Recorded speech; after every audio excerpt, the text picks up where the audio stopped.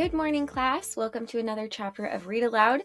Your thinking question for this chapter is, do you think Morella and Morton should have adopted Mavic back when they had the chance? Because there's going to be a little bit of a discussion on that in this chapter. All right, let's get started. Chapter 13. Morella? Mavic nudged her. Morella, wake up! Morella shot up into sitting position. Aurella opened her eyes and groaned. Huh? Shut up, Mavic whispered. Aurella sat up and scowled at him. He mouthed, bear. Aurella turned her head so quickly that her hair whipped Morella in the face. Standing close enough to touch was a huge brown bear, sniffing the air and prodding the makeshift tent with its paw. Morella chanted so quickly that Aurella couldn't understand. The bear fell backward and looked left and right. Then it stomped off in the opposite direction. Aurella let out a long breath and fell back to the ground. It was still early evening, but the sun was beginning to set. The temperature had dropped at least 10 degrees since they had made camp. We should make a fire, Morella said. Then what are we going to do? Aurella asked. Travel north through the forest. It's going to take much longer on foot, but it's much safer than traveling through the city. How long? Mavic asked. Maybe a week. Less if we're lucky. But you don't have that long, Aurella pointed out. You said the poison would only last a few days. We'll just have to hope and pray that it lasts. Mavic, why don't you gather some branches and sticks for a fire? I'll look for some edible herbs and berries. Aurella, you come with me. Aye, aye, Captain, said Mavic, ducking out of the tent. Morella called after him. Stay close! We just saw a bear! He simply waved and continued. Here, I'll show you what to look for, Morella said, explaining the difference between poisonous and non-poisonous berries, and how to determine which plants and roots were edible. Aurella sighed. She had already learned most of this information from her nature book back home, and was finding the lecture rather dull. She was more interested in finding an exotic flower she'd read grew deep in the forest, a small purple flower that was said to bring the finder luck and safety. While Morella bent over to examine a certain plant, Aurella snuck off in search of the flower. She picked up a stick and drew loops in the dirt as she walked. Suddenly her father's voice came to her mind. Don't drag your sword like that. You sheathe it or hold it up like a man. But I'm not a man, Dad. Then hold it up like a girl. Dad, people say that as an insult. Nobody wants to do anything like a girl. Girls are supposed to be weak and stupid. Nonsense. Not my girl. My girl is fierce. Now on guard. Aurella smiled as she held up her stick. She spun and struck and parried, laughing as she ran through the trees, pretending to be back in her father's forge. She was so enthralled in the imagined sword fight that she didn't realize how far she'd strayed from Aurella and their camp. She didn't realize that the sun was almost gone. She didn't even realize that there was a creature hiding in the bushes.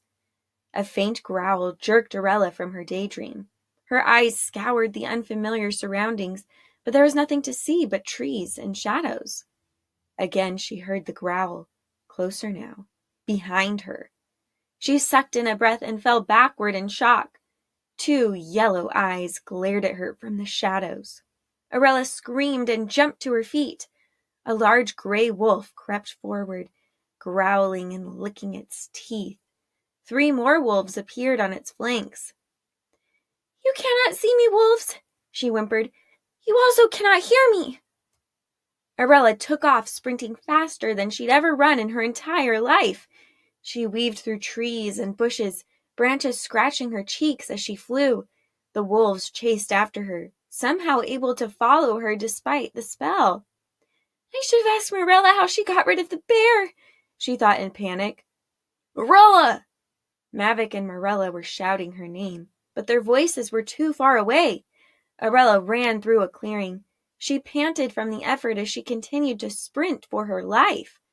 There was no way she could outrun 4 wolves. She glanced fearfully behind her just as the great alpha reached out and clawed her back. Aurella screamed in agony and stumbled to the ground. Suddenly Mavic appeared in front of her, his face a mask of horror. He frantically signed a spell, his hands working desperately to complete it in time, and the ground began to rumble. The wolves barked and slowed down as Aurella crawled toward Mavic, his face strained with effort. He continued signing, sweat dripping down his face, until the ground began to crack. By the time Aurella reached him, there was a split in the forest floor, separating them from the wolves. It stretched longer and wider until the wolves yelped and ran away with their tails between their legs. Aurella stared up at Mavic, who was completely drained of color. "Mavic?" she whimpered. "That was dumb," he grunted, falling to his knees, then forward onto his face. Just then, Morella ran into the clearing. She took in the scene and shrieked in horror. "What happened?" "Wolves," Aurella gasped. "Chased me and Mavic. Scared them away with an earthquake." Morella stepped up to Mavic and took his pulse. "Come on, let's get him back to camp." "Is he going to be okay?" "Yes, he just overexerted himself. What was he thinking, causing an earthquake?" She put an arm beneath his shoulders and heaved him into sitting position. His head lolled to the side. "Can you grab his feet?" Morella asked. "I'll take this side." Aurella stood shakily. She tried to bend over to grab his legs, but gasped in pain and fell to her knees. "Are you hurt?" "I think so," Aurella whimpered through clenched teeth. Morella ordered Aurella to stay put while she inspected her back. "Forget it! You two aren't going anywhere. I'm going to bring the camp to you. Mavic has some first aid supplies in his pack." Aurella was passed out by the time Morella returned. It was late into the night when Aurella awoke. She was lying on her stomach before a crackling fire. Initially, she thought she'd come too close to it and caught fire herself, because her back was scorching. Then a breeze tickled her skin, and she realized that her dress was cut open. Aurella tried pushing herself up, then cried out in agony as her wound shot angry needles of pain down her spine. She collapsed back onto the ground. "Oh, no, you don't." Aurella turned her face from the fire. Morella sat next to her with a wet rag in her hand. She had dark circles under her eyes. "Where's Mavic?" "Where's Mavic?" Aurella asked. "He's fine, sweetheart. Out cold, but he'll wake up when his body is ready. That was extremely serious manipulation he attempted back there. Most grown warlocks wouldn't even try that." Aurella cringed as Morella touched the wet rag to her wound. Morella winced in sympathy. "I'm so sorry, honey. Maybe you should try to sleep a little longer." "There's no way I can fall asleep. It hurts too much." "I'm sorry. You're going to need to rest, though. You can't travel in this condition, so you might as well try to relax." "What do you mean I can't travel? We need to hurry. You need to get back to Hemlock, and the longer Mavic and I stay in Dovis, the more danger we'll be in." "Aurella, you need to rest." Aurella studied her face in the flickering firelight. The longer she looked at it, the more similarities she found in their features. They had similar cheekbones and the same small chin. She had developed a certain fondness for this mystical woman, despite her unexpected arrival, but she felt guilty for having any feelings toward her. It made her feel like she was betraying her mother by taking to this one. Mavic snored nearby, and Morella smiled in affection. "Can I ask you a question?" Aurella asked. "Of course." "Mavic told me about how he used to spend a lot of time with you guys when he was little. You had him over a lot and taught him things. I know he loved you, and I'm pretty sure you love him too." Morella nodded. "So why didn't you adopt him?" Morella's face fell. Her eyes watered. "It only seems fair," Aurella continued. "I mean, he didn't have parents, and you two were there. So why not?" "We really wanted to, but we couldn't." Morella looked away. "Why not?" "There were so many little things that made it impossible." "Impossible?" Unreasonable, unsafe, unwise, she amended. Aurella felt a sudden twinge of anger. Look, Mavic is the best person I know. If anyone deserved, it was for his own protection. How so? For one thing, I was already pregnant with you. Pretty soon we would have 3 manipulators in one house, something very dangerous indeed when living among humans. With 4 of us living together, we'd surely be killed. I couldn't endanger his life that way. I also... She paused. I knew how it would end. Things did not look good for our family. We were being hunted. I never expected Morton or me to make it. How much more difficult would that be on Mavic, if he survived the attack, to lose his parents just when he found them? Aurella took a moment to process this. But wouldn't it be better to know that someone loved you, even if they left, rather than go your whole life alone? Perhaps, but I don't regret my decision. Because of it, Mavic had a place to go, and a place to take you if you survived. I never lived at the orphanage. Morella looked at Aurella in surprise. No? He took me directly to my parents. He'd seen them at the orphanage before. He must have liked them, probably hoped to be adopted by them himself. Who wouldn't? But he was selfless enough to hurt his chances of being adopted by giving them up to me. And from what Mavic told me, it was like they'd been waiting for me all along. Tears rained down from Morella's hazel eyes. She held her wet cheeks in her hands. Does that make you sad? Aurella asked. She hadn't meant to say it, but it was a question that had been burning inside her since she met Morella. Oh, sweetheart, no. Morella smiled through her tears. I'm happy you found a home and a family. I love you, and it makes me happy to know that you've been loved and cared for and happy. Still, Aurella thought she saw a hint of sadness in her eyes. She believed that Morella was glad she had parents, but she couldn't imagine how hard it must have been for her to give up her only daughter. Aurella now had sympathy to join her guilt. For what it's worth, Aurella whispered, I'm really glad I met you and that you saved us. We'd have died without you. Me too, Morella smiled.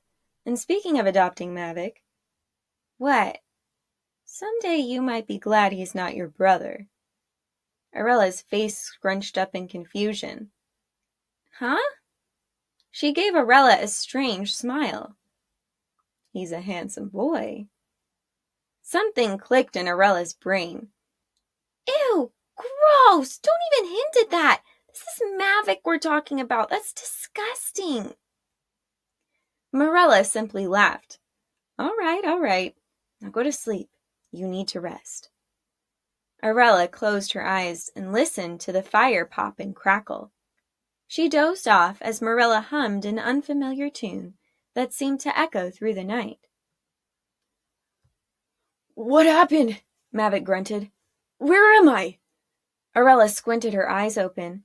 It was bright and surprisingly hot, despite last night's chill. Her back was throbbing, and now it was also painfully itchy. She lifted her head, looking for Mavic, but even that small movement sent a torrent of white-hot needles down her back. She tried to hold it in, but a small whimper escaped as her pain suddenly tripled. She winced and took a few steadying breaths. Don't move, sweetheart, Marilla instructed. Aurella heard Mavic jump to his feet and race toward her. What's the matter with Ella? The wolves, Marilla said. Mavic let out a strangled sound of horror. I'm fine, Mavic, Aurella groaned. She gritted her teeth, forcing herself not to cry out in pain. Mavic swore loudly. I'm such an idiot. Marilla shook her head. This wasn't your fault. No, not that. You've been taking a 12-hour snooze while Ella's here all torn up by those stupid wolves. How selfish am I? You needed to rest. Yeah, bonehead, Aurella piped. Had to sleep off your freaky earthquake manipulation. But Ella, I could have healed you hours ago. Why didn't anyone wake me up? Aurella looked at him in confusion. Marilla looked skeptical. I know some warlocks can heal, but that's very difficult manipulation. It takes years of practice and training to get it right. As young as you are, you're more likely to cause more damage than fix it. But I have had years of practice. I've been doing this kind of stuff since I was a kid. He turned around and took off his tunic. Look!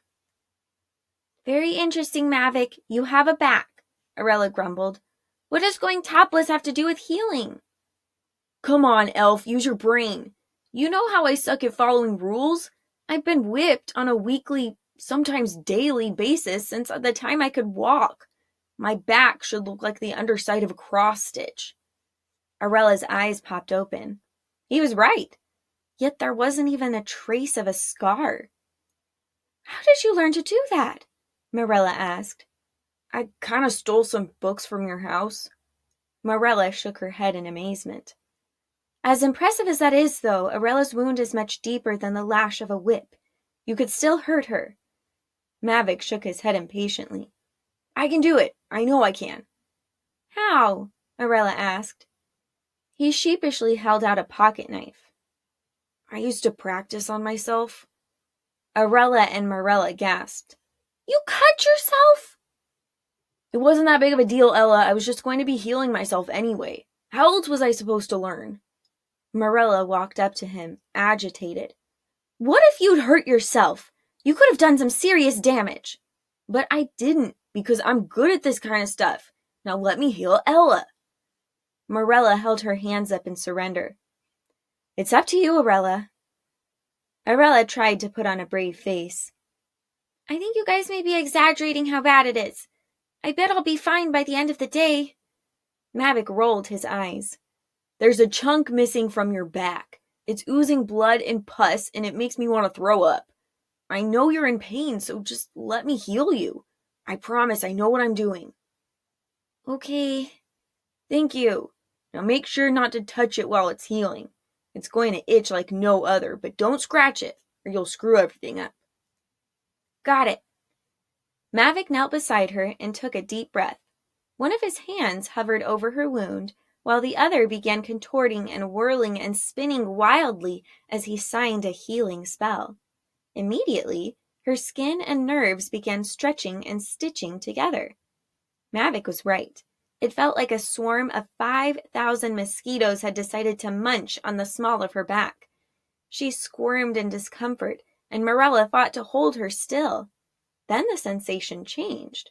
It was like someone had dipped a paintbrush in ice water and was stroking it up and down her back. She shivered. The sensation slowly crept inward until there was only a slight tingling where her wound had been. Marilla's mouth popped open in surprise. Mavic, that was incredible. I doubt even Morton could have done better than that. Can I get up now? Aurella asked. Mavic grinned. Yup. Don't be so smug about it. She rolled onto her knees and touched her back. Nothing. Not even a bump from a scar.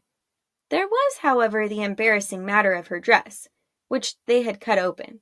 She looked hopefully at Mavic. You didn't happen to pack an extra dress from the orphanage, did you? He walked over to his pack and pulled out a dress. He held it out like a salesman trying to pawn it off to her. You see the authentic patches and frayed seams? We call this orphan style. It's the latest fashion. Aurella rolled her eyes and smiled as she snatched the dress from his hands. You are so weird. All right, that's the end of that chapter. The next chapter is called Mavic Thinks Some Thoughts. Thanks again for joining in on this session of Read Aloud. Just a quick reminder, your thinking question is, do you think Marilla and Morton should have adopted Mavic, even though they knew things probably weren't going to work out? Or do you think that they did the right thing? Go ahead and share your answer and explain why, and I will see you next time for the next chapter. Bye!